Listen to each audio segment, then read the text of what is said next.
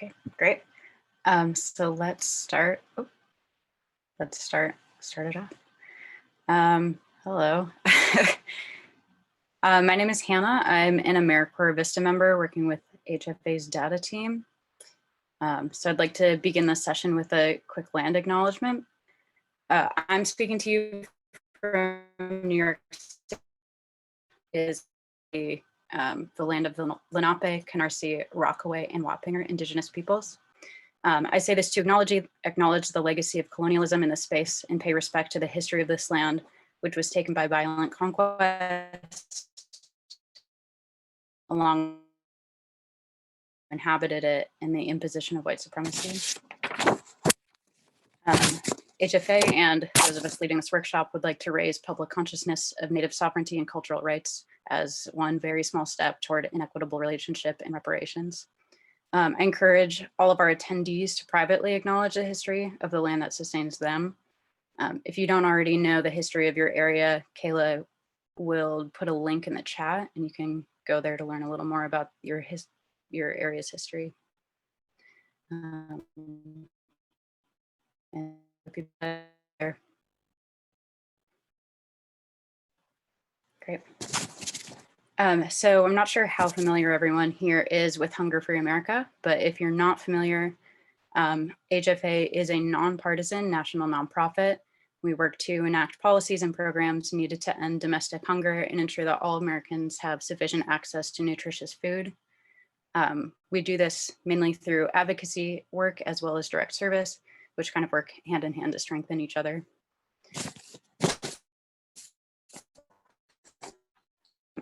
And HFA's food access and data management Vista. So I work with our data team on a national database of food access resources. My work particularly centers around building data sharing partnerships with like-minded organizations to further progress toward database goals. HFA's work to end hunger is more pressing than ever in this moment. According to a report published by HFA in past June, the US is facing its gravest hunger crisis in modern times due to the pandemic. The rate of child hunger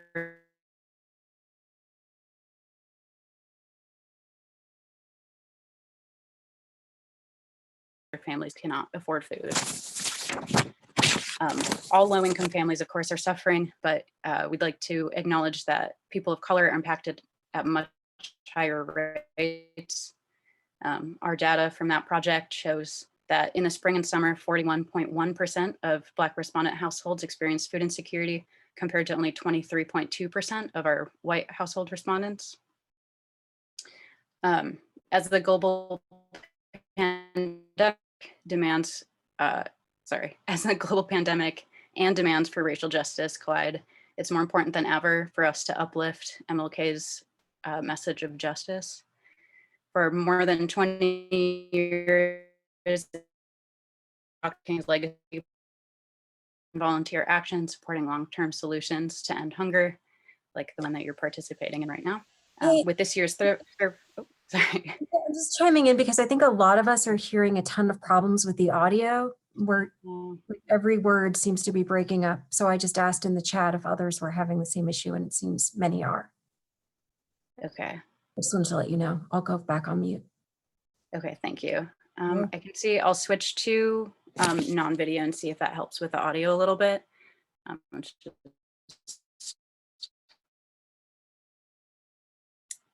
Yeah, let me know if anyone is still experiencing issues with that. Okay, great. So, from this year's Serve-a-Thon, we hope that volunteers will learn something new, take action in the fight against hunger, and take away some ideas about how they might continue working toward a more equitable community in their own spaces.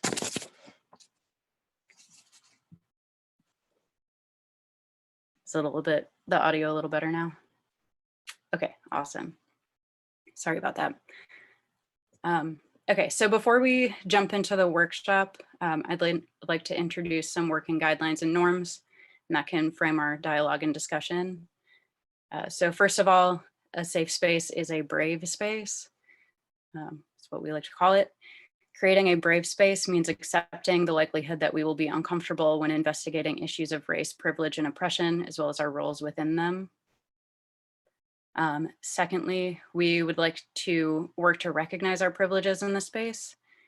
So we can use this to reflect on those privileges and then also honor the different experiences we all bring to this space. We'd also like to take risks and lean into discomfort, challenging yourself to contribute even if your ideas are not perfectly formulated. And this will support growth and learning for all of us. And then lastly, we would like to encourage everyone to actively listen to what's being said. Use your energy to really hear what people are saying before thinking about how to respond, and then recognize when you're feeling defensive or feeling denial. And I'd also love to hear any additional norms that you guys would like to include. So if you want to drop those in the chat, that would be great. And we can consider those moving forward.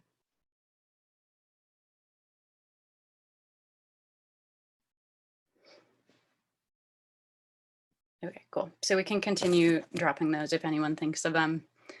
But with that little bit of background, I'd like to welcome our co-host, Angelica Gibson. Angelica is Hunger Free America's manager for a national database of food programs and also my boss. She conducts research for our annual New York City and nationwide hunger reports. And those analyze USDA data on food insecurity at localized levels for populations like children, employed adults, or seniors. Angelica graduated from McGill University, majoring in global food security with a specialization in international agriculture, as well as a minor in economics. While at McGill, she spent a summer in Rome conducting research on the food security status of migrants and analyzed the role of hunger in migration. Everybody say hello to Angelica. Hey everyone, thanks so much for tuning in. I'll wait a minute to, yeah, there we go. So I'm happy to see people are already getting pretty engaged with the chat. Please continue to do so. Since I think we have a pretty good number of people here, so if there are any concepts or things that I mentioned that you guys would like me to elaborate on, please do say something in the chat. I'll be kind of watching it, monitoring it. There is going to be a Q&A period towards the end, so there will be time for that then, but there might be some concepts that I kind of might fly by, but we have some time to actually have a deeper discussion on that. So please do engage in the chat with questions, reactions, all of that. As Hannah kind of mentioned in my introduction, I mainly have a focus in the hunger realm, but I'm interested in the intersections and applications of technology for social movements. So I'm going to tie in not only my work with Hunger Free America as the data director, but I'm also going to bring in some of my work as an independent activist. So that being said, don't take some of what I'm going to say here as by any means like an official position of Hunger Free America. Sorry, there was just a plant tragedy that fell. Hopefully that doesn't happen again. So the topic of this presentation, food justice is technological justice. Subtitle here, how to use technology for positive social change. This isn't going to be a how-to. It's not going to be a step-by-step, explanation of how you can really physically and tangibly use technology to actually create social change. It's more so going to raise questions and interrogate some of our current uses of technology. If anybody tells you that they know exactly how we can use technology for social change, they're lying. There's a lot of different caveats involved.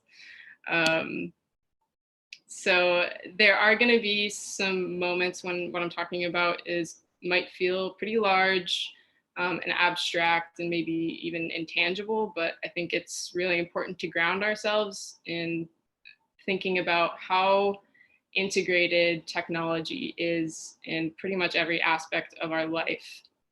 There are, not only are you users of technology, but you're also producing data through that use of technology. So it's really a two-way street. And so it's really important that we are actively thinking about the technologies we're using, how we use them, and what type of technologies we want to create in the future to get where we're trying to go, specifically in movement work.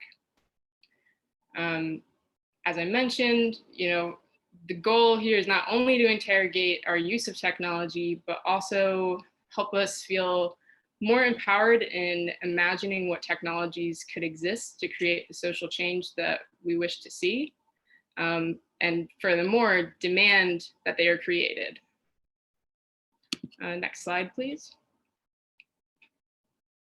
So what is technological justice? It's a pretty new concept, which I think is pretty fun because that means we get to help shape it. Most of the existing literature is surrounding the use of technology in lower versus higher income countries. It intersects heavily with other forms of justice. So one could argue that even the concept of having technological justice, most of the important points are already covered by some of these other forms of justice, like racial justice, intergenerational, environmental, and gender justice.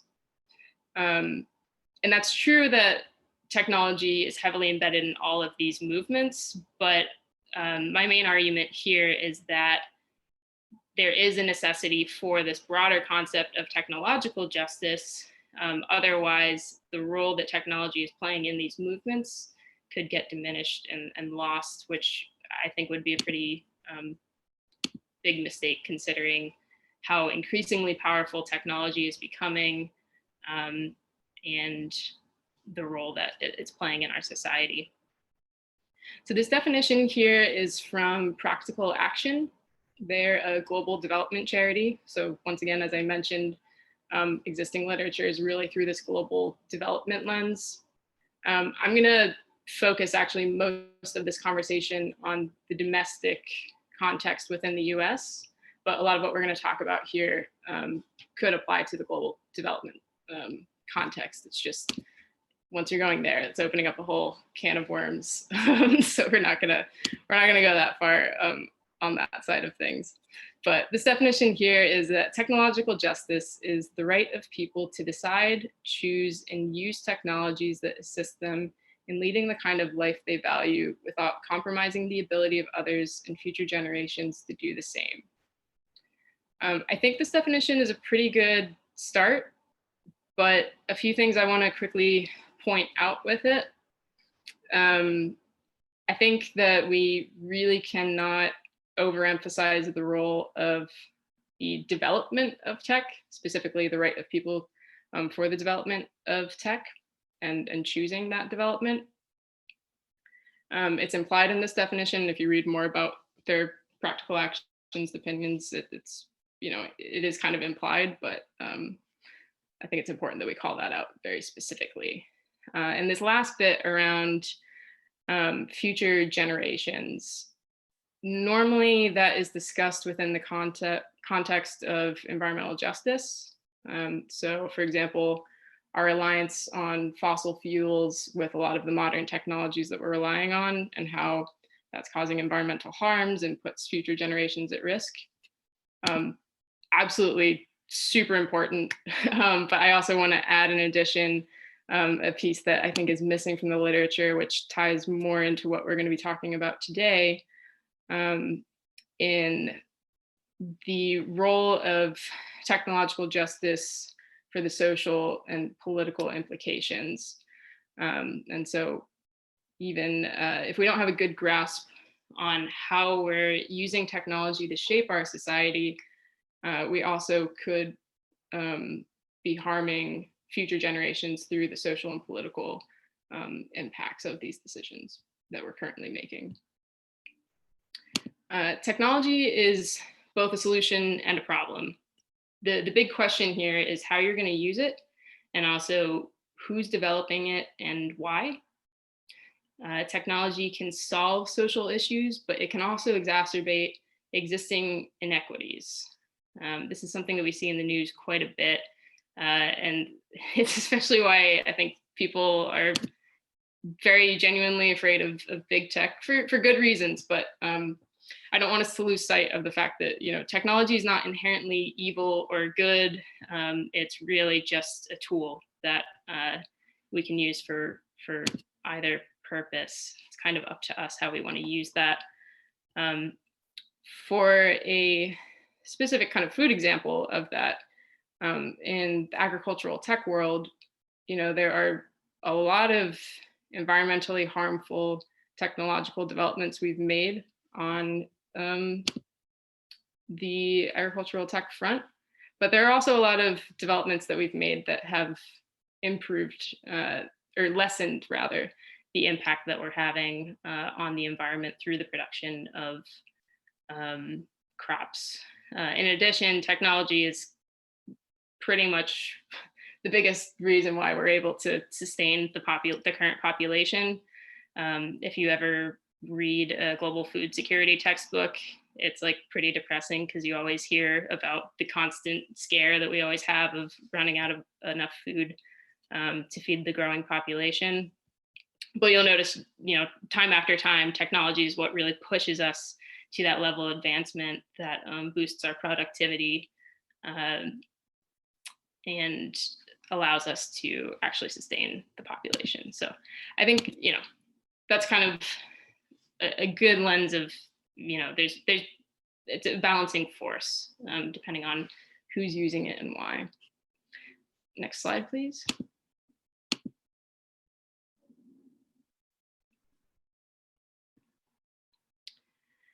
So as I kind of mentioned, but I really can't emphasize it enough, technology is a tool. It's an increasingly powerful tool at that, but it is really just a tool that we can use to get to where we're going. The development and use of tech is primarily driven by the rich and powerful. One thing that I think is really, really important to consider throughout this whole talk is that when we're saying rich and powerful, we're also really talking about white men specifically. And when you're talking about, you know, the types of societies that we eventually want to live in, you know, one person's utopia could be a nightmare for other people. And so if you really only have one group of people, specifically in this case, white men who are dreaming up this technological utopia and being the ones creating this, you're not going to reach an equitable society if you're not allowing others to participate in the development of this technology. Specifically for social movements, I really, really think that you always have to view technology as just that tool, as opposed to a central aspect of what your end goal is. So I've seen a few social movements and nonprofits and other organizations that think like they just really need a really good social media campaign strategy to boost their movement, and you know that's going to be what takes us to, say, ending hunger or you know, achieving racial justice. Technology is never going to be that kind of ultimate tool that's going to take us there. It's just going to be one of the many tools that we have to employ to advance our movements. It's a little bit different if you're going to be talking about like a technical problem. So for example, like the challenge of producing enough food in the face of climate change, you know, then you're talking about a very technical solution of drought resistant crops or something of that nature.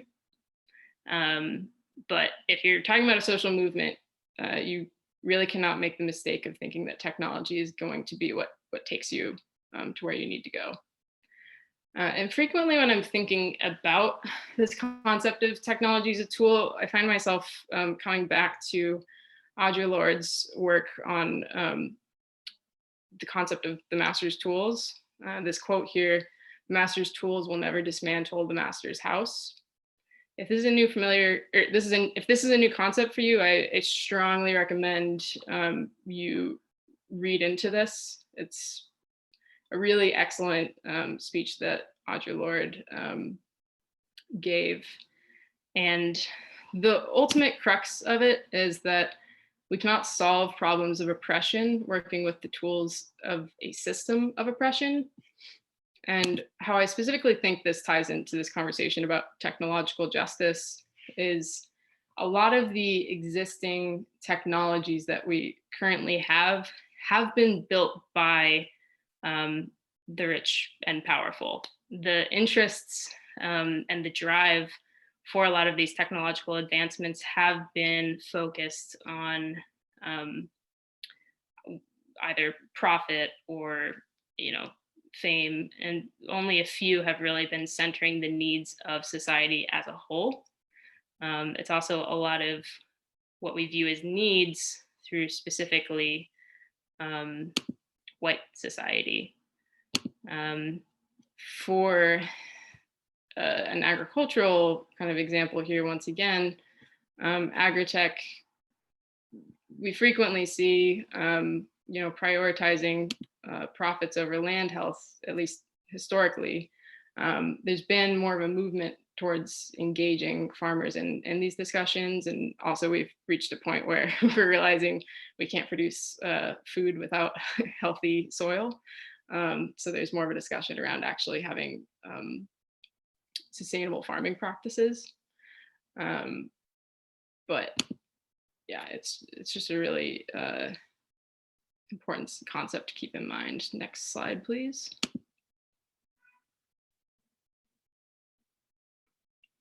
I wanted to touch on social media a bit, mainly because I had a feeling it would be on a lot of your minds, given the attempted coup on the Capitol and also the subsequent conversations about the role of technology, social media rather. A few things I want to mention. I'm not going to dwell on this too much, but there's a lot of bias in these algorithms, specifically content filtering and moderation, disproportionately against people of color. One example of even just how persistent this is the emergence of a new language on social media to bypass these algorithms. So if you've ever seen a lot of Black activists specifically use the spelling white, WHYTE with a Y instead of an I. Oftentimes that is to bypass racist censorship algorithms in social media. Another element here is the moderation. So, reporting hate speech or harmful posts. You'll frequently find that things that are reported on accounts that are run by Black, Indigenous, and people of color will get taken down pretty quickly, but you can, report a lot of really threatening and violent white supremacist rhetoric, and it'll take quite a while to get down if it's ever taken down.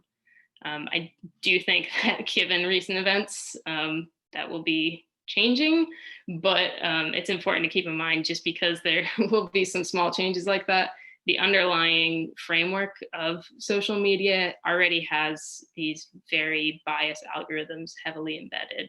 And I don't expect that to really be changing anytime soon.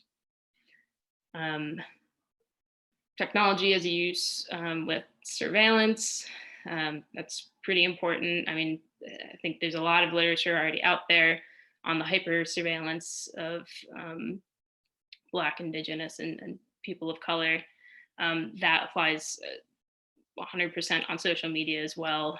And just wanted to mention echo chambers, be conscious of that.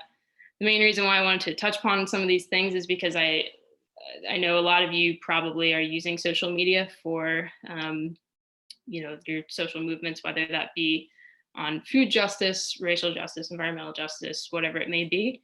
I think it's important to keep all of these things into consideration as you're developing your social media strategy. It's a really powerful tool to reach a lot of people. I mean, you can see a lot of analysis on how social media played a role in the Black Lives Matter movement and so many other positive awareness campaigns. But it's important that we keep in mind these flaws as we're using this tool to advance our causes. I did want to touch on this paradox of tolerance just pretty briefly. I don't think that it's the solution at all to a lot of the questions surrounding social media, but I know a lot of people right now are wondering, in the age of Trump being banned from a lot of social media along with other white supremacist entities, what are we willing to tolerate in this question of free speech, all of that. I think Karl Popper here has a really helpful philosophy that ties back into what we were just talking about, though, of what Audre Lorde was pointing out. So this paradox of tolerance is basically arguing that you need some level of intolerance to maintain a tolerant society. It's one of those quotes that you'll want to read and digest, but a few things to point out beyond that is in the continuation of this quote, Popper continues to say that he's not implying that we should always suppress the utterance of intolerant philosophies, as long as we can counter them with rational argument and keep them in check by public opinion, then suppression is not the answer. But if it turns out that whoever you're talking to is not ready to meet you on the level of rational argument, then that's where you can tie in this level of intolerance. And then he ends by saying, by tying it into law, essentially saying that any movement preaching intolerance places itself outside the law, and we should consider incitement to intolerance and persecution as criminal. And I like to point that out within this conversation, because it comes back into who is deciding what we're going to tolerate, to what degree, and then also what are these laws. And specifically that point that I mentioned earlier about we should always immediately suppress what we consider intolerant. I think that is a useful thing to consider in discussions around cancel culture. So this concept and how we're using social media applies on both ends of the spectrum, both the right and left. And I just felt that that's been a bit absent from the conversation, but a lot of people have been talking about it. So I just wanted to point it out. Next slide, please. So technology as a tool for food justice. At HFA, we have been implementing technology to try to increase food access through a variety of means. One is the HOPE Act. I think this is a really great example, and Kayla just put the link to the HOPE Act in the chat here. I think this is a really great example of how there are so many great and useful technologies that exist. It's just the people who have the decision-making power for how these technologies are utilized haven't really had a lot of these social movements in their interest in how it's being applied. So the HOPE Act is proposing that right now you have to go through a multitude of different benefit applications that ask you the same questions to get different government benefits.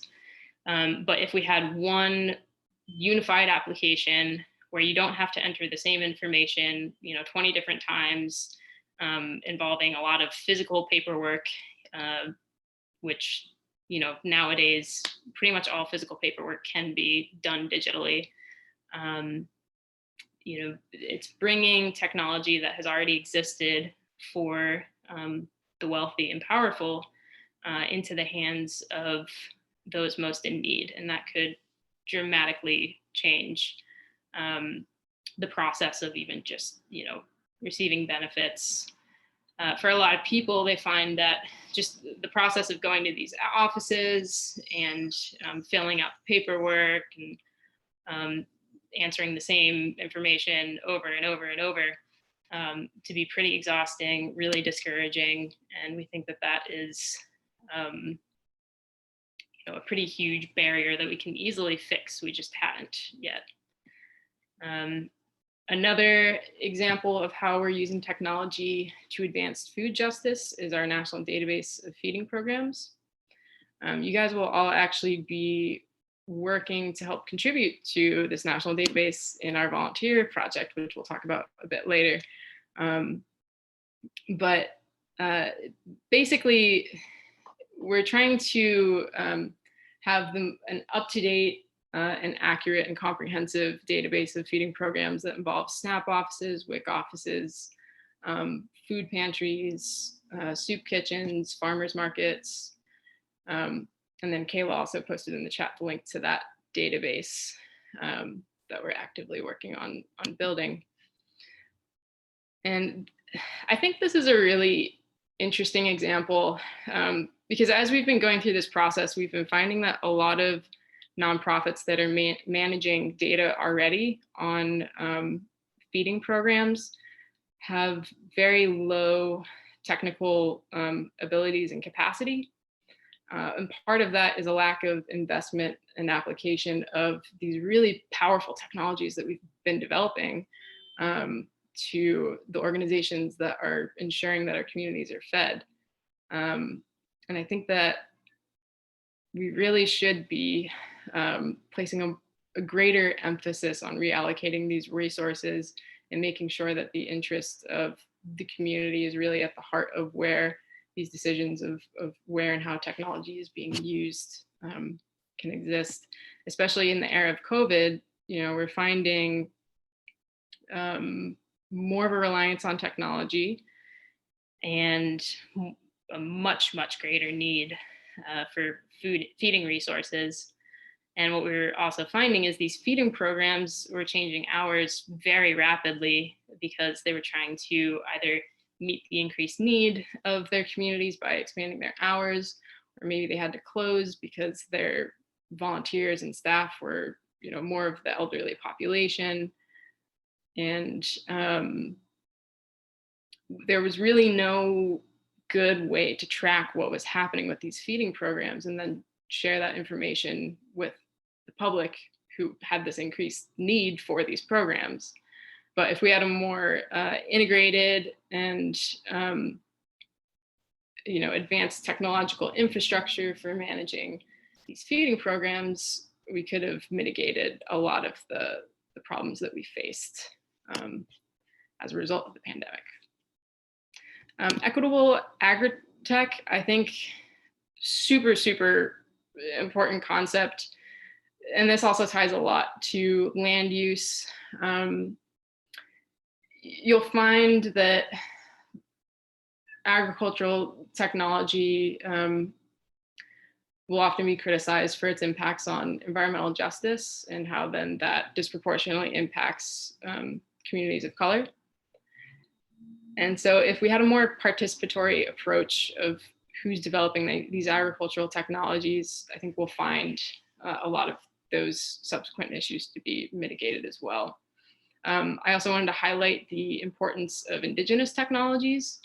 I think a lot of times when we think about technology, we really focus on what's happening in Silicon Valley, and we ignore that there's a tremendous wealth of information and ideas and existing practices in indigenous communities. And if you think about how many generations of farming and use of the land that these communities have and their experience, there's just so much wealth in how we can have sustainable agricultural practices there. Next slide, please. A few final thoughts. I've already mentioned it, but I really think more participatory approach in the development of technologies is critical. I also wanted to mention the role of science fiction and imagination in the creation of these technologies. You don't need to know how to code.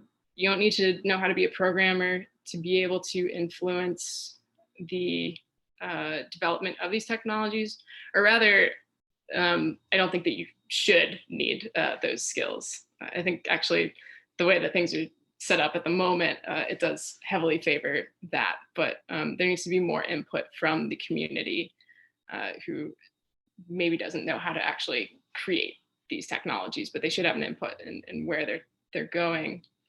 I think that science fiction specifically is one of those really tangible ways in which we can utilize, you don't need technical skills to imagine the technologies that would make your life easier. And there's an interesting kind of correlation between the technologies we dream up in science fiction, literature and media, and how that helps steer the technologies that we subsequently develop. I think a lot of people point towards Star Trek and some of the tools and tech they had there. And also just keeping in mind intersectionality. So when we're bringing people to the table with this participatory approach in the development, we should really be bringing in people from all different walks of life, different stakeholders in different realms and causes, and making sure that the direction that we're steering society with technological justice is really meeting the needs of all of these causes. And also we should really heavily pay attention to the inputs for these technologies, especially with AI. A lot of you have probably seen articles written about racist robots, stuff like that. And it's one of those things where you see the articles and you kind of, laugh, or you're surprised, you're like, how can a robot be racist?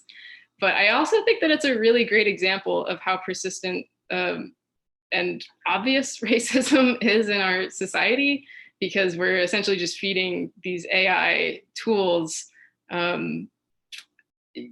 different literature and pieces of our society, and they're processing it and then spitting out how it's coded to imagine what an actual person would believe, and frequently it will act in racist manners. So we should be really critical and attentive to what we're physically coding into these technologies and the data inputs. And yeah, just the importance of technological justice as it becomes increasingly powerful, especially if we're going to go into the realm of biotech. Another example of something that could do a lot of really great social good, but there's a lot of very legitimate fears that will be used for the wrong purposes. And yeah, that's pretty much it. If you guys have any questions, please let me know. I think we can unmute you if you want to raise your hand, or you can also ask questions in the chat.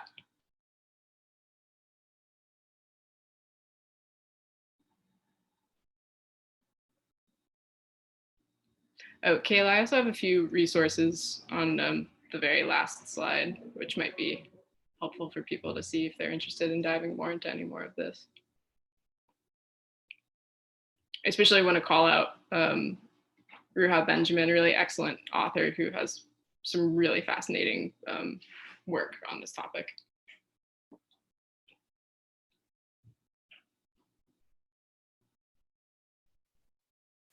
While we wait for questions, oh, it looks like we have our first one. Yeah, that's a great question. And this I think is another element that, I'll read it aloud. How would you factor in digital privacy in this context? So for example, Signal, end-to-end encryption, blockchain. It's interesting seeing how the current discussions and movements about how we can safely and securely build these social movements should be on these more private channels like Signal, for example. But then you also see, it's on all sides of things. So it's not only the left and it's both the